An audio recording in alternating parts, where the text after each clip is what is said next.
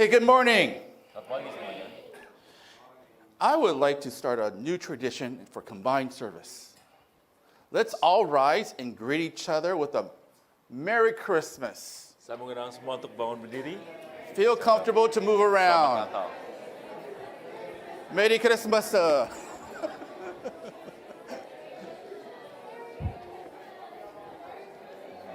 Do you have this, the passage in Indonesian? Okay, perfect. Christmas. Christmas. Christmas.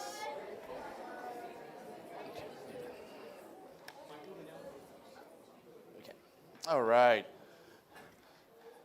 I hope you got to meet people that maybe you haven't gotten to meet before. Semoga kalian bisa mengenali seseorang yang kalian belum pernah ketemu sebelumnya. Yeah. The passage for this morning comes to us from the Gospel of Luke, chapter 2, verse 4 through 20. Pembacaan Alkitab dari hari ini terambil dari Lukas 2 ayat 4 sampai 20. I'm going to read the whole thing in English, then my friend, my brother, will read it in Indonesian. So bear with me. Kita baca bahasa Inggrisnya dulu ya. And the word of the Lord says, So Joseph also went up from the town of Nazareth in Galilee to Judea, to Bethlehem, the town of David, because he belonged to the house and line of David. He went there to register with Mary, who was pledged to be married to him and was expecting a child. While they were there, the time came for the baby to be born, and she gave birth to her firstborn, a son. She wrapped him in cloths and placed him in a manger, because there was no room for them in the inn. And there were shepherds living out in the fields nearby, keeping watch over their flocks at night. An angel of the Lord appeared to them, and the glory of the Lord shone around them, and they were terrified. But the angel said to them, Do not be afraid. I bring you good news of great joy that will be for all the people. Today, in the town of David, a Savior has been born to you. He is Christ the Lord. This will be a sign to you. You will find a baby wrapped in cloths, lying in a manger. Suddenly, a great company of the heavenly host appeared with the angel, praising God and saying, Glory to God in the highest, and on earth peace to men on whom his favor rests. When the angels had left them and gone into heaven, the shepherds said to one another, Let's go to Bethlehem and see this thing that has happened, which the Lord has told us about. So they hurried off and found Mary and Joseph and the baby who was lying in the manger. When they had seen him, they spread the word concerning what they had been told about this child. And all who heard it were amazed at what the shepherds said to them. But Mary treasured up all these things and pondered them in her heart. The shepherds returned, glorifying and praising God for all the things that they had heard and seen, which were just as had been told. Lukas 2 ayat 4 sampai 20. Demikian juga Yusuf pergi dari kota Nazaret di Galilea ke Yudea, ke kota Daud yang bernama Bethlehem, karena ia berasal dari keluarga dan keturunan Daud, supaya didaftarkan bersama-sama dengan Maria, tunangannya yang sedang mengandung. Ketika mereka di situ, tibalah waktunya bagi Maria untuk bersalin, dan ia melahirkan seorang anak laki-laki. Anaknya yang sulung, lalu dibungkusnya dengan lampin dan dibaringkannya dalam palungan, karena tidak ada tempat bagi mereka rumah penginapan. Di daerah itu ada gembala-gembala yang tinggal di padang menjaga kawanan ternak mereka pada waktu malam. Tiba-tiba berdirilah seorang malaikat Tuhan di dekat mereka, dan kemuliaan Tuhan bersinar meliputi mereka, dan mereka sangat ketakutan.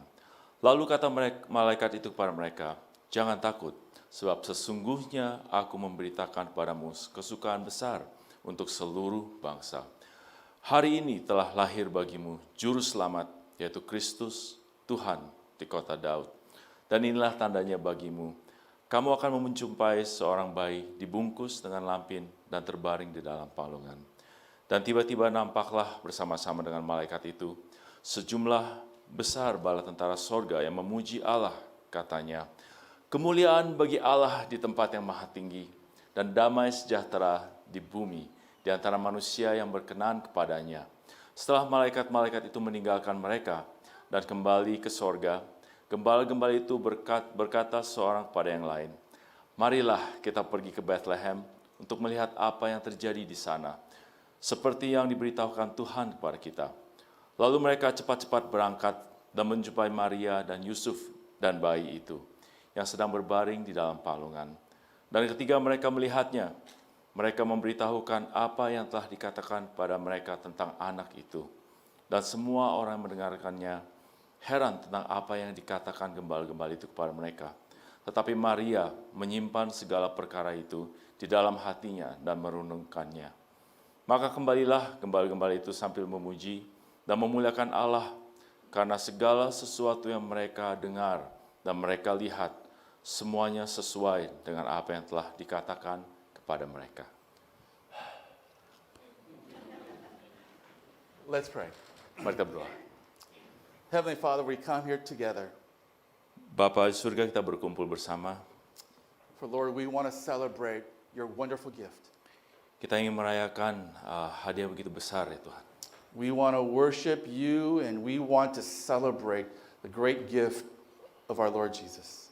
Kita mau memuji Engkau dan celebrate ya Tuhan atas kasih yang begitu besar melalui anak-Mu Yesus Kristus. May we always focus on the hand that has provided and given to us. Biarlah kita selalu fokus pada tangan yang Kau telah berikan pada kami. And Lord, as we worship you, may all the distractions be put aside. Bapa, pada saat kita memuji nama-Mu, biarlah kami fokus hanya kepada Engkau ya Tuhan. And forgive us, Lord God, because too often we have been distracted. Ampunilah kami jika sering kita distracted. And Lord, may all things, every word, every note, be in praise and worship to you to this. Bapa, kiranya semua perkataan, semua puji-pujian hanya kepada Engkau. In Jesus' name we pray. Dalam nama Yesus kami berdoa. Amin.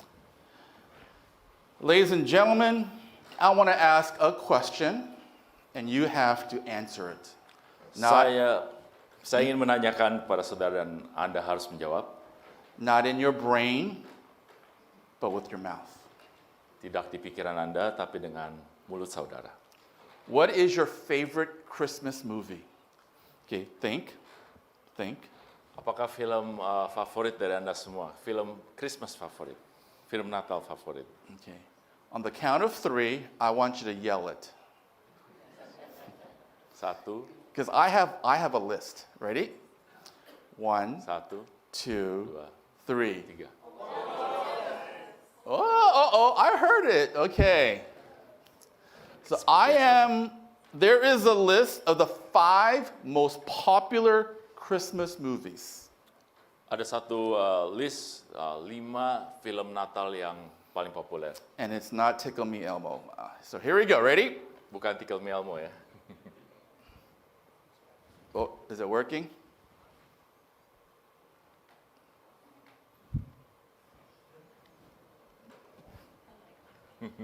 Oh, it's Oh, there you go. okay. Here you go. Number 5 Nomor 5, is Polar Express. Anyone got Polar Express?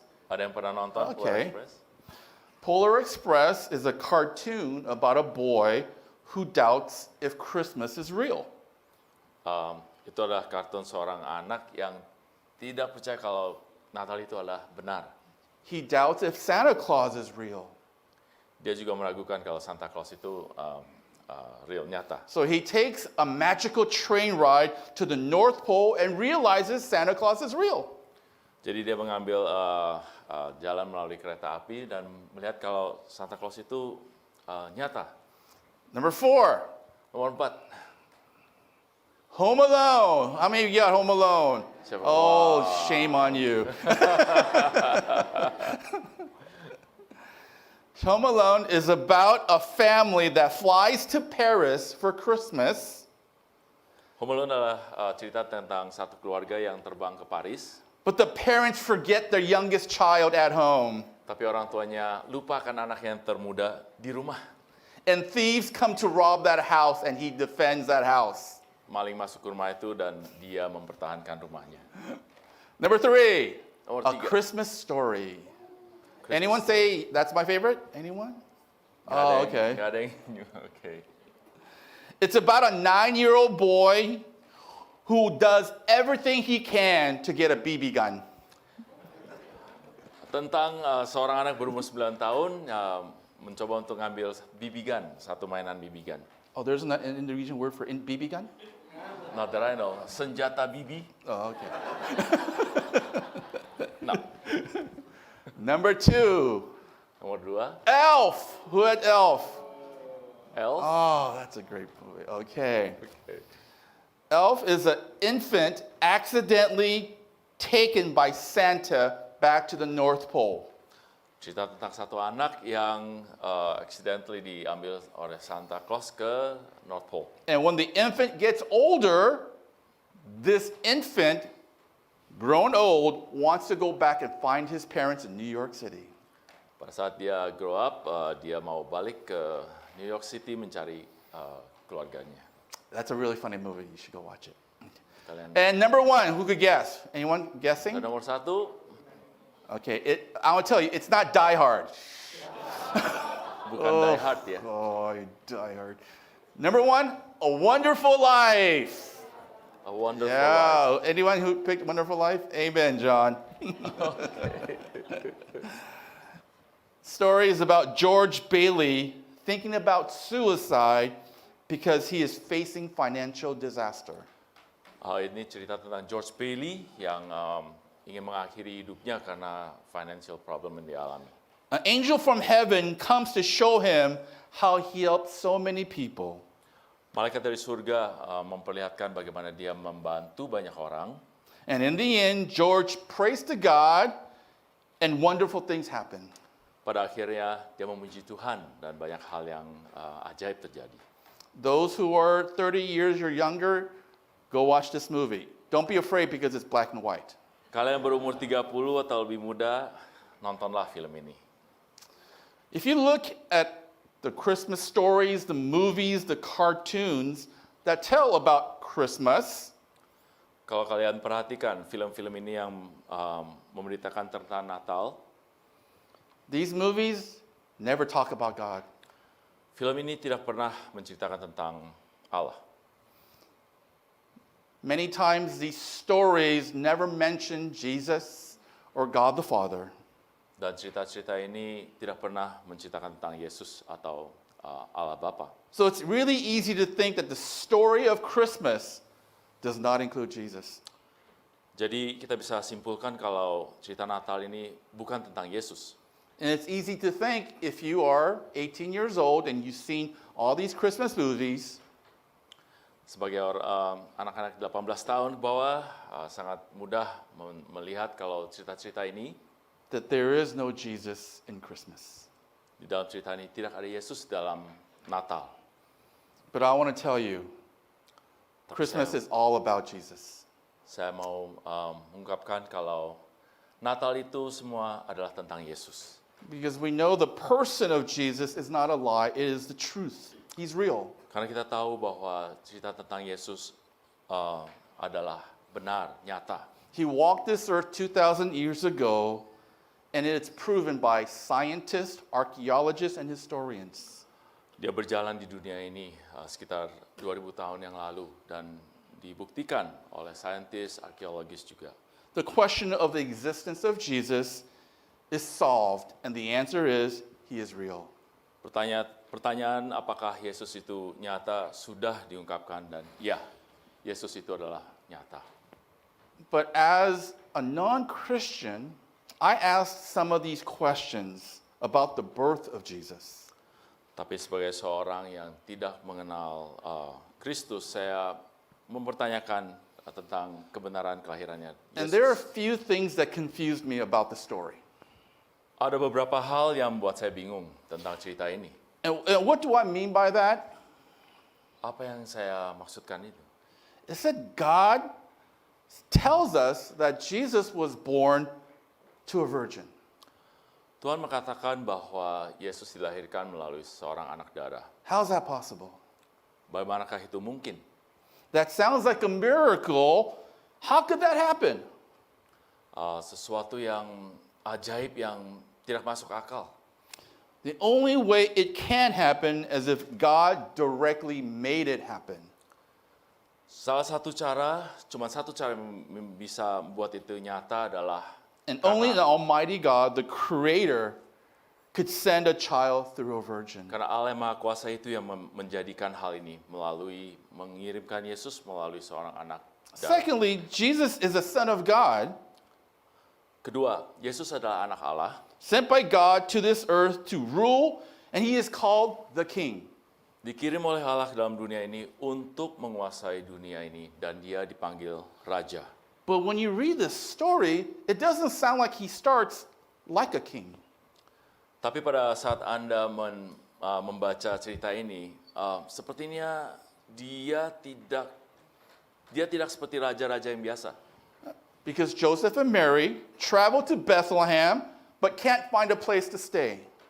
Yusuf dan Maria ke Bethlehem tetapi tidak dapat mendapatkan satu tempat penginapan. They go to many hotels, inns, and motels, and they say, "Go away." Mereka pergi ke hotel-hotel, tempat penginapan dan semuanya mengusir mereka. Is that the way you treat a king? Apakah itu caranya melayani seorang raja? They go to the small hotel, the small inn, and that owner says, "We have no room for you. We're completely full." Mereka pergi ke satu penginapan dan pemilik penginapan itu bilang, kita tidak ada satu kamar untuk Anda. So the owner tells Joseph and Mary to go sleep in the barn with the animals. Pemilik penginapan itu bilang, kalian boleh tinggal di palungan itu bersama dengan binatang-binatang. So let me ask that question again. Is that how you treat a king? Apakah itu cara Anda melayani seorang raja? Because when I think of king, I think of luxury. Everything he ever wants, he will get. Karena pada saat saya mendengar kata raja, bagaimana kita melayani raja itu, dia harusnya mendapatkan semua yang terbaik. He should be flying in luxury planes, staying at the Hyatts, the fanciest hotels. Dia harusnya terbang dengan first class, nginap di hotel bintang 5, for example. I didn't say first class, by the way. But Jesus gets none of that. Why not? Tapi Yesus tidak mendapatkan semua itu. Kenapa? He is the king. Padahal dia adalah raja. And the third thing that confuses me, Hal ketiga yang bikin saya bingung. Jesus and his parents have to run away. Yesus dan orang tuanya harus melarikan diri. If he is the king, the prince of peace, why are Mary and Joseph concerned for their safety? Kalau memang benar dia adalah raja, dia adalah pangeran damai. Kenapa Yusuf dan Maria concern akan keamanan mereka? The king should be admired, not afraid for his life. Seorang raja harusnya dikagumi, tidak takut akan hidupnya, nyawanya. So I want to answer I want to answer your questions. Saya ingin menjawab pertanyaan dari saudara. Why is the king born in a dirty barn? Kenapa seorang raja lahir di kandang yang kotor? Jesus did not come to earth to be a king.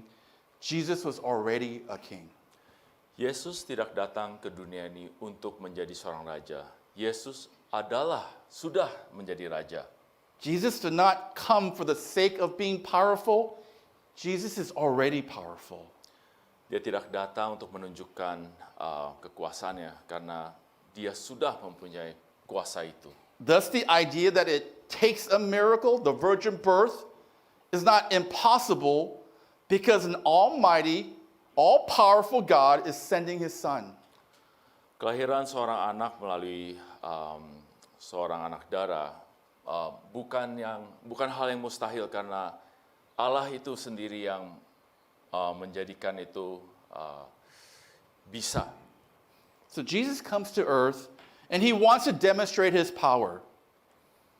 Jadi Yesus datang ke dunia ini, dia mau memperlihatkan kekuasaannya. Not the way humans want to be powerful, Bukan seperti seorang manusia mau menjadi kuat, because kings and dictators want more power by taking power away from other people. raja-raja di dunia atau diktator di dunia memperlihatkan kekuasaan dengan mengambil kuasa dari orang-orang. But Jesus shows his power by showing his kindness and his compassion. Tapi Yesus mau memperlihatkan kekuasaan dia melalui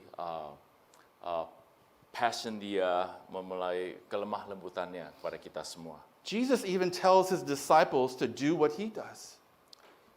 Yesus bahkan memperlihatkan pada murid-muridnya apa yang dia mau lakukan. So he wants to share, not take away. Dia mau memberikan, men-share, tidak mengambil dari saudara. Because Jesus will show the world that power is not about being a dictator, but caring for the lives of people. Yesus mau memperlihatkan kalau menunjukkan kekuasaan bukan berarti mengambil, tetapi memperlihatkan kasih sayang kepada sesama. Because real power is not about making people's lives worse for the sake of his power. Penunjukan kekuasaan ini bukan berarti membuat kehidupan orang-orang menjadi lebih susah biar dia mendapatkan kuasa itu. See, Jesus the King is demonstrating his power to restore lives and free people from the bondage of sin and evil. Dia mau memperlihatkan bahwa dia mau memberikan damai kepada kalian semua. Jesus' idea of being powerful is to love the broken sinners of this world. Ide tentang kekuasaan itu dengan men-sharing, I missed that part. You can read it. Memberikan kasih kepada yang sedih atau yang rusak. He's being gracious when he has every right to hate you. Dia memberikan lemah lembut dan pada saat orang-orang membenci saudara. He has no insecurity. He has no thirst for power. Dia tidak punya satu kedahagaan untuk kuasa. All he wants to do is to say, I love you. Will you walk this journey with me? Dia hanya ingin mengatakan bahwa dia mencintai saudara dan apakah Anda mau menjalani jalan ini bersama dengan dia. You guys are all familiar with John 3:16. Here's the passage. Anda familiar dengan Yohanes 3 ayat 16. For God so loved the world that he gave his one and only son. Karena begitu besar kasih Allah pada dunia, dia berikan anaknya yang tunggal. That whoever believes in him should now perish but have eternal life. Siapa yang percaya kepada dia tidak akan binasa, tapi memperoleh hidup yang kekal. In that passage, the word world, I want you to put your name in there. Di ayat ini, kata dunia ini, saya ingin kalian memasukkan nama Anda di sana. That's his mission. Itulah misi dari Yesus. So when it says, for God so loved Steve, when for God so loved Rachel, when for God so loved Raymond, we think the world. No, he's talking to you. Pada saat kita menaruh nama kita di sana, kita merasa, oh dia berkata tentang dunia, tetapi sebenarnya itu adalah Anda masing-masing. That's what makes Jesus so special. Truly a one of a kind. Ini yang membuat ayat ini sangat istimewa. That is why he is the Almighty. But he knows all his peoples individually. Jesus knows you. Itu yang membuat dia sebagai satu yang maha kuasa. Karena dia tahu bahwa Yesus mengenal Anda semua. Imagine the most powerful person in the world wanting to sit down and have coffee with you. Bayangkan satu penguasa di dunia yang mau duduk bersama Anda, mau share coffee dengan Anda. Imagine one day you get a phone call from the White House. Bayangkan Anda mendapatkan satu telepon dari White House. And that person says the President of the United States would like to sit down with you and have a conversation. Presiden dari United States mau duduk dan berbincang dengan saudara. You would think it would be a joke. Maybe it was a prank. Anda akan mikir kalau itu hanya satu guyonan. Why would the most powerful person want to meet with me? Kenapa orang paling berkuasa di dunia mau bertemu dengan saya? The most powerful person already knows you. Orang yang mempunyai kuasa terbesar di dunia ini sudah mengenal Anda. And that is Jesus. Dia adalah Yesus. And Jesus wants you to know him. Dan Yesus mau kalau kalian mengenal dia. And how does he do that? Bagaimana dia bisa melakukan hal ini? In the play, you will notice that they are looking for a manger. Di play ini Anda bisa melihat bahwa mereka mencari palungan itu. They're searching for it, they're looking for it, and they say, is it really important? Mereka mencari dan terus mencari dan mempertanyakan, apakah ini benar-benar penting? I'm going to tell you ahead, it's not that important. Saya akan beritahu kalau ini tidak terlalu penting. When Jesus is born in a barn with animals, he does not need nor want a mansion. Pada saat dia dilahirkan di palungan, dia tidak memerlukan satu istana. Have you ever seen a mansion or a palace? Apakah kalian pernah lihat satu istana? Have you noticed that most mansions and palaces have tall fences and giant gates? Mempunyai gate yang besar, yang tinggi. Do you know why there's giant fences and gates all around the palace? Kalian tahu kenapa mempunyai dinding yang sangat tinggi dan gate yang sangat besar? To keep people out. Agar orang di luar tidak bisa masuk. There's a place in Diamond Bar called The Country. Ada satu daerah namanya The Country di Diamond Bar. If you live there, I'm not offending you. No offense. Okay? Kalau kalian memang tinggal di sana, saya tidak mencoba untuk meng-offense saudara. The Country is a giant neighborhood, and they have a giant fence going all around their neighborhood, and they have a security guard in front. The Country adalah satu community yang sangat besar, di mana dikelilingi oleh dinding yang sangat tinggi. And the only way for you to go visit someone inside the house is to go through the gate and say, I'm here to see Jimmy. Cuma satu cara untuk masuk dalam kompleks itu adalah melalui pintu gerbang besar itu dan mengatakan dengan security kalau Anda ingin bertemu dengan, for example, Jimmy. If you're not on the list, sorry, go home. Kalau Anda tidak ada dalam list itu, maaf, Anda harus pergi. See, Jesus doesn't have a fence or a gate. Yesus tidak memiliki satu dinding atau satu pintu gerbang. Because that would prevent people from coming to him. Itu akan menghalang orang untuk datang kepada dia. That barn did not have fences or gates. Palungan itu tidak ada pintu gerbang atau dinding atau tembok dinding. Because anyone that wanted to come worship him could. Karena siapapun yang ingin memuji dia, datang melihat dia, dapat melakukannya. The shepherds did not ask for an invitation to see him. Gembala itu tidak menginginkan undangan untuk melihat dia. The wise men did not have to go through a security guard. Orang-orang Majus itu tidak perlu melewati security guard. The little drummer boy just showed up.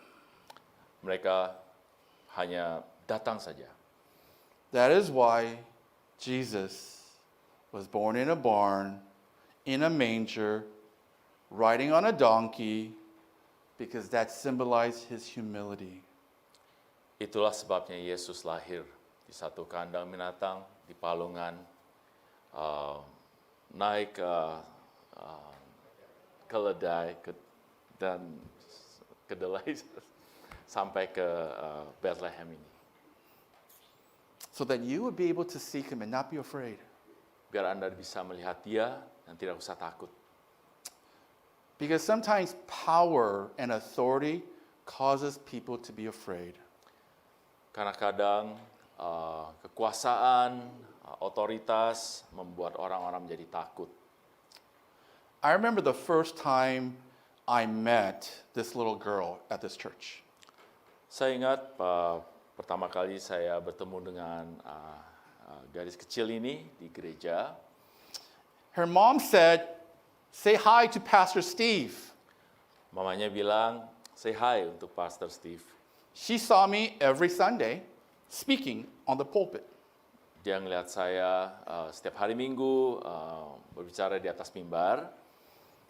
And she looked at me and she thought I was King Kong. Dia melihat saya dan mengira kalau saya adalah seekor King Kong. She hid behind her mom. Dia ngumpet di belakang mamanya. She literally went this. Right? Ya, seperti begitu. Not because I'm ugly, Tidak karena saya jelek, because when we're confronted with people that are more powerful, karena pada saat kita berhadapan dengan orang yang lebih berkuasa, we tend to go, oh, we tend to step back. We're intimidated. kita cenderung merasa kita lebih kecil. Jesus doesn't want that. Yesus tidak mau hal itu. Jesus says, come. Dia bilang, datanglah. He even tells us, do not get in the way of the little kids that want to approach me. Dia bahkan bilang, jangan menjadi halangan untuk anak-anak kecil itu datang padaku. That's who our Jesus is. Itulah Yesus yang kita tahu. Next question that I want to address. Pertanyaan selanjutnya yang saya mau jawab. Here's a young couple, Mary and Joseph with Jesus, starting their life humbly. Maria dan Yusuf memulai keluarganya dengan sederhana, And immediately they face danger. People are trying to kill him. tetapi mereka langsung menghadapi bahaya. King Herod, the governor of northern Israel, wants to kill Jesus. Why? Raja Herodes mau membunuh Yesus. Kenapa? Some people want to kill and harm Jesus because he is offering something amazing. Ada orang yang mau membunuh Yesus hanya karena dia mau memberikan satu hal yang luar biasa. Jesus says, I want to give you love. I want to be compassionate. I want to give you a life of purpose. I want to give you eternal life. Yesus bilang, saya memberikan kalian kasih, memberikan kalian hidup yang berbahagia, yang ada maknanya. But some people will say, get away. Tapi beberapa orang bilang, pergi. Because to say that the way of Jesus is the right way, Karena dengan mengatakan bahwa jalan Yesus adalah jalan yang benar, that person has to admit that they do something wrong. orang itu harus mengatakan bahwa dia membuat satu hal yang salah. And some people don't want to admit they're wrong. Dan banyak orang tidak mau mengakui kalau dia bersalah. Let's be honest, all of us don't like to say we're wrong. Kita bisa bilang kalau kebanyakan dari kita tidak suka kalau dibilang kita salah.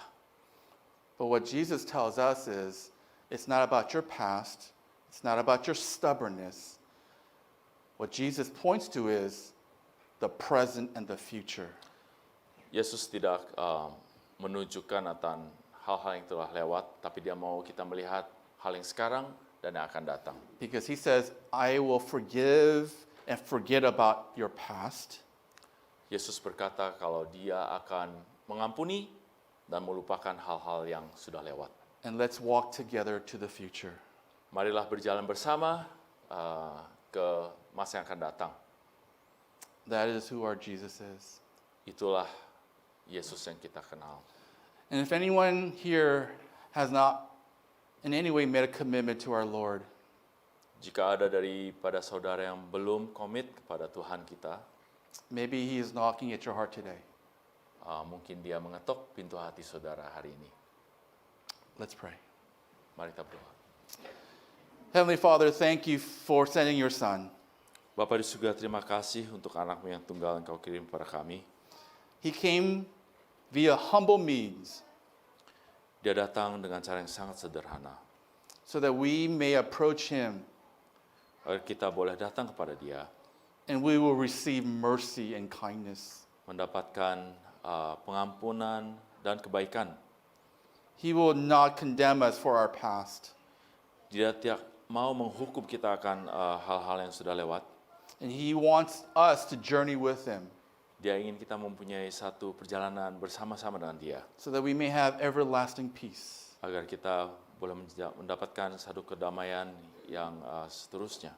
And if there's anyone here that hears and feels the knocking in their heart, Jika ada dari antara kalian merasakan dan mendapatkan ketukan di hati saudara, I hope that you will let him in. undang dia untuk masuk ke hati saudara. Lord, thank you, thank you, thank you.